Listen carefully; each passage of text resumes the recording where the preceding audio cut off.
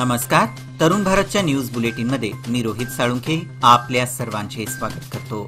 आता पाहूया ठळक घडामोडी.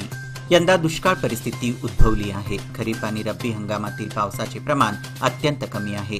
त्यामुळे ही परिस्थिती निर्माण झाली आहे. येत्या जून महिन्यापर्यंत दुष्काळ निवारणासाठी आवश्यक उपाययोजना राबवण्यात याव्यात. पिण्याच्या पाण्याची समस्या, पीक हानी, चाऱ्याची कमतरता यासह आतापर्यंत उद्भवलेल्या समस्या आणि भविष्यात निर्माण होणाऱ्या समस्या लक्षात घेऊन तयारी करण्यात यावी अशी सूचना मुख्यमंत्री सिद्धरामय्या यांनी जिल्हाधिकाऱ्यांशी व्हिडिओ कॉन्फरन्सवर संवाद साधून केली आहे. भाजपचे राष्ट्रीय अध्यक्ष जे.पी. नड्डा व भाजप राज्याध्यक्ष बी.वाय. विजयेंद्र आज बेळगावच्या दौऱ्यावर होते. येत्या लोकसभा निवडणुकीसाठी पूर्वनियोजन तसेच कार्यकर्त्यांच्या भेटीगाठीसाठी ते जिल्ह्याच्या दौऱ्यावर असल्याचे सांगण्यात आले. सांब्रा विमानतळावर बेळगावच्या खासदार मंगल अंगडी यांच्यासह स्थानिक पदाधिकाऱ्यांनी व कार्यकर्त्यांनी त्यांचा स्वागत केला. त्यानंतर ते चिक्कोडी, बागलकोट आणि विजापूर या ठिकाणी आयोजित बैठकीत आपली उपस्थिती दर्शवण्यासाठी रवाना झाले. कंत्राटदाराकडून 12,000 रुपये लाच घेणाऱ्या पंचायत राज विभागाच्या सहाय्यक अभियंत्यावर लोकायुक्तांनी कारवाई केली आहे. ही घटना रायबाग तालुक्यात घडली असून कंत्राटदार मुत्तप्पा लक्ष्मण भजंत्री यांच्याकडून 12,000 रुपये लाच घेताना सहाय्यक अभियंता पंडित वाघ यांच्यावर कारवाई झाली आहे. आनंदनगर, वडगाव, समृद्धीनगरसह परिसरात महिन्यापूर्वी चोरट्यांनी हैदोस घातला होता. अनेक घरे फोडून लाखो रुपयांचा ऐवज पळवल्याने भीतीचे वातावरण पसरले होते. त्यानंतर गेल्या 1.5 महिन्यापासून चोऱ्या कमी झाल्या होत्या. मात्र पुन्हा सोमवारी रात्री आनंदनगर 3रा क्रॉस आणि समृद्धीनगर परिसरात काही घरांच्या खिडक्या काढून चोरी करण्याचा प्रयत्न झाल्याने पुन्हा भीतीचे वातावरण निर्माण झाले आहे.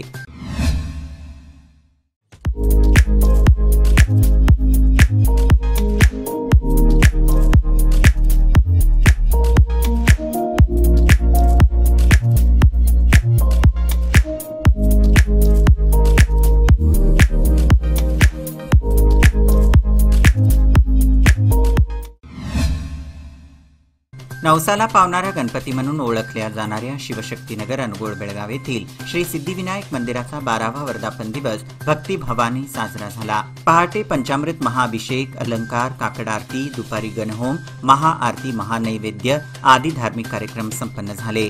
दुपारी आयोजित महाप्रसादाचा अनेकांनी लाभ घेतला. मंडळाचे अध्यक्ष माजी नगरसेवक विनायक गुंजटकर, दीपक जाधव, नेमिनाथ सुलतेकर, गजानन सुलतेकर, विशाल पिसे, प्रसाद मुतकेकर आदी कार्यकर्त्यांनी कार्यक्रमाला यशस्वी करण्यासाठी परिश्रम घेतला. आनंदनगर, वडगावसह समृद्धी कॉलनीमधील विहिरींना ड्रेनेज मिश्रित पाणी आल्यानंतर नागरिकातून तीव्र संताप व्यक्त करण्यात येत आहे. पाणी टंचाईच्या वेळीच ही परिस्थिती निर्माण झाली आहे. यातच 3 दिवस पाणीच आले नाही. त्यामुळे आणखीनच समस्या बिकट झाली असून पाण्यासाठी भटकंती करावी लागत आहे. आनंदनगर 1, 2 आणि 3रा क्रॉस या परिसरातही सर्वच विहिरींना ड्रेनेजचे पाणी मिश्रित झाले आहे.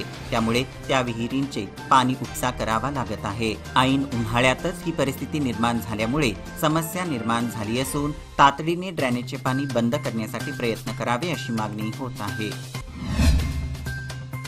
गणपत गल्ली, बेळगाव येथील पुरोहित स्वीट मार्ट दुकानाला महानगरपालिकेने मंगळवारी टाळे ठोकले आहेत. न्यायालयाने आदेश दिला म्हणून आम्ही टाळे ठोकत आहे असे महापालिकेच्या कर्मचाऱ्यांनी संबंधित दुकान मालकांना सांगितले. यावेळी दुकान मालकांनी न्यायालयाच्या आदेशाची प्रत मागितली. त्यानंतर मनपाच्या कर्मचाऱ्यांनी आयुक्तांनी आम्हाला तोंडी सूचना केली आहे, त्यानुसार कारवाई करत असल्याचे त्यांनी स्पष्ट केले. मेनसे गल्ली, बेळगाव येथील श्रीराम हार्डवेअर आणि श्रीराम प्लायवुड्स यांच्या वतीने हार्डवेअर आणि प्लायवुड्सच्या नवीन दालनाचा आज पहिल्या मजल्यावर नव्याने शुभारंभ करण्यात आला. या दालनात बदलत्या काळानुसार आणि ग्राहकांच्या गरजेनुसार नवीन प्रोडक्ट्स, नवीन उत्पादन, विविध कंपन्या, आकर्षक डिझाईन आणि रंगातील हार्डवेअर प्लायवुड्सची विस्तृत श्रेणी मांडण्यात आली आहे. यामध्ये किचन आणि बाथरूम फिटिंग्ससह नामांकित कंपन्यांचे लॉक्स, डोर हँडल्स, कॅबिनेट इत्यादी एकाच छताखाली उपलब्ध करून देण्यात आले आहेत. या शुभप्रसंगी बिल्डर प्रशांत वांडकर, नितीन कित्तूरकर, विठ्ठल पारिशवाडकर यांच्यासह बांधकाम क्षेत्रातील विविध मान्यवर, व्यापारी बंधू व समस्त हंगिरगेकर कुटुंबीय उपस्थित होते. कर्नाटक राज्य फुटबॉल संघटना मान्यताप्राप्त बेळगाव जिल्हा फुटबॉल संघटना आयोजित लोकमान्य मल्टीपर्पज कोऑपरेटिव्ह सोसायटी पुरस्कृत लोकमान्य चषक वरिष्ठ साखळी फुटबॉल स्पर्धेत आज मंगळवारी रंजक सामने झाले। बेळगाव शहरातील स्पोर्टिंग प्लॅनेट मैदानावर आयोजित या चषकात गोवन सीएससी विरुद्ध फॅन्को एफसी यांच्यात पहिला सामना झाला। या सामन्यात 5-0 ची आघाडी मिळवत गोवन सीएससी संघाने विजय मिळविला। दुसरा सामना साईराज एफसी विरुद्ध टीएफए या संघात झाला। 2-1 ची आघाडी मिळवत टीएफए संघाने हा सामना जिंकला।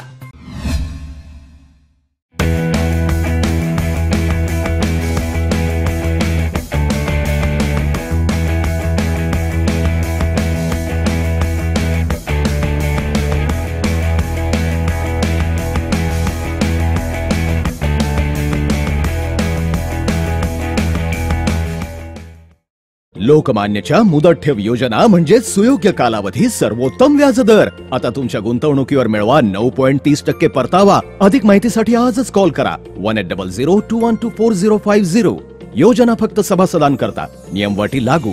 लोकमान्य, जिथे पैसा वाढतो आणि नातं वृद्धिंगत होतं।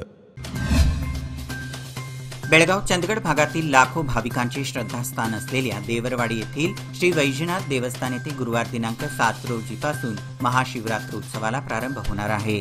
3 दिवस विविध कार्यक्रमांचे आयोजन करण्यात आले आहे। गुरुवारी रात्री 12 वाजता वैजनाथ मूर्तीस अभिषेक होईल। त्यानंतर सर्व भाविकांचे अभिषेक वैयक्तिकरित्या करण्यात येतील। दिनांक 8 मार्च रोजी भरयात्रा होणार आहे। या दिवशी भाविकांची गर्दी या ठिकाणी असणार आहे। दिवसभर विविध कार्यक्रम होणार असून दिनांक 9 मार्च रोजी दुपारी 12 ते 4 पर्यंत महाप्रसादाने यात्रेची सांगता होणार आहे।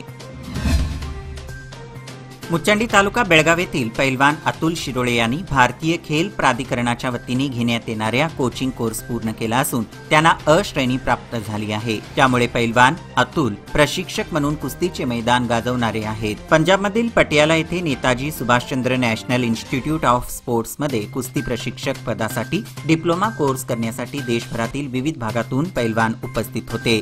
या त्यांच्या यशाबद्दल सर्वत्र कौतुक होत आहे। त्याचप्रमाणे अतुल शिरोळे यांच्या या यशाबद्दल मराठा मंडळ संस्थेच्या अध्यक्षा डॉक्टर राजश्री नागराजू हलगेकर यांनी अतुल यांचा सत्कार करून त्यांचे कौतुक केले आहे। या प्रसंगी मराठा मंडळ संस्थेचे पदाधिकारी व कर्मचारी उपस्थित होते। आई पाहिजे, बहीण पाहिजे, बायको पाहिजे, मग मुलगी का नको, असा प्रश्न विचारत स्त्री भ्रूण हत्या रोखण्यासाठी सामाजिक संदेश देणारा करंबळ तालुका खानापूर येथील श्री महालक्ष्मी यात्रेतील फलक लक्षवेधी ठरला आहे। वकील संघटनेचे अध्यक्ष ॲडव्होकेट ईश्वर घाडी यांच्या नेतृत्वाखाली घाडी फाउंडेशनच्या वतीने उभारण्यात आलेला मुलगी वाचवा, मुलगी शिकवा हा लिंग समानतेचा संदेश देणारा फलक चर्चेचा विषय ठरला आहे। बैलहोंगल विभागाचे डीएसपी रवी नाईक यांच्या हस्ते फलकाचे अनावरण करण्यात आले। यावेळी यात्रोत्सव कमिटीचे कार्याध्यक्ष महादेव घाडी, खजिनदार जयंत पाटील, घाडी फाउंडेशनच्या उपाध्यक्षा पार्वती घाडी, हरिश्चंद्र घाडी, मयुरी घाडी व इतर उपस्थित होते। आथनी आणि कागवाड तालुक्यात अनेक शेतकऱ्यांनी द्राक्ष बागांना प्राधान्य देताना आपली उन्नती साधण्याचा प्रयत्न गत 10-12 वर्षांपासून चालविला आहे। मात्र अलीकडच्या काळात लहरी निसर्ग व वाढता उत्पादन खर्च यामुळे द्राक्ष बागायतदारांना अनेक अडचणींना सामोरे जावे लागत आहे। परिणामी याचा परिणाम द्राक्ष क्षेत्रात मोठ्या प्रमाणात घट होत असल्याचे दिसून येत आहे। परिणामी येथील शेतकरी ऊस पिकाकडे वळत असल्याचे चित्र पाहावयास मिळत आहे। निपाणी शहरातील प्रभाग क्रमांक 2 मध्ये येणाऱ्या भोपळे गल्ली, दगडी चाळ परिसरात विविध समस्यांनी लोके वर काढले आहे। यामुळे या परिसरातील नागरिकांनी याबद्दल नाराजी व्यक्त करत समस्या सोडवण्याची मागणी केली आहे। दगडी चाळ भोपळे गल्ली या ठिकाणी रिकाम्या जागेत कचरा साचला असून पालिकेने याकडे दुर्लक्ष केले आहे। गेल्या वर्षभरापासून या ठिकाणी असलेल्या कूपनलिकेची दुरुस्ती न केल्यामुळे पाण्याची समस्या गंभीर बनली आहे। तर दुसरीकडे गटारींची स्वच्छता करण्याकडे ही पालिकेने दुर्लक्ष केल्याने दुर्गंधी पसरली आहे। परिसरातील बालकांचे वयोवृद्धांचे आरोग्य धोक्यात आले असून गटारी तुंबल्याने नागरिकांना नाहक त्रास सहन करावा लागत आहे। संबंधित प्रशासकीय अधिकारी व पालिका प्रशासन जाणून बुजून या विभागाकडे दुर्लक्ष करत आहे का, असा सवाल आता या ठिकाणचे नागरिक विचारत आहेत। यंदा उन्हाळ्याच्या झळा सुरुवातीपासूनच तीव्र स्वरूपात जाणवत आहेत. त्यासोबत पाणी टंचाईचा सामनाही करावा लागत आहे. अशा वेळी पाणी टंचाईवर तात्काळ उपाययोजना राबवताना निधीची कमतरता जाणवत आहे.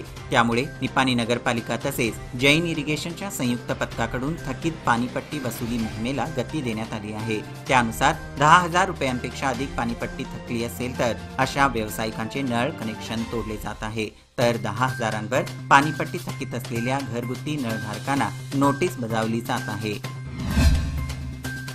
याबरोबरच हे बुलेटिन इथेच संपलं. अधिक माहिती आणि ताज्या घडामोडींकरिता पाहत रहा तरुण भारत न्यूज चॅनल. तसेच आमच्या चॅनलला लाईक करा, शेअर करा आणि सबस्क्राईब करायला विसरू नका. आणि विश्वासार्ह बातम्यांसाठी दररोज सकाळी वाचा दैनिक तरुण भारत. धन्यवाद.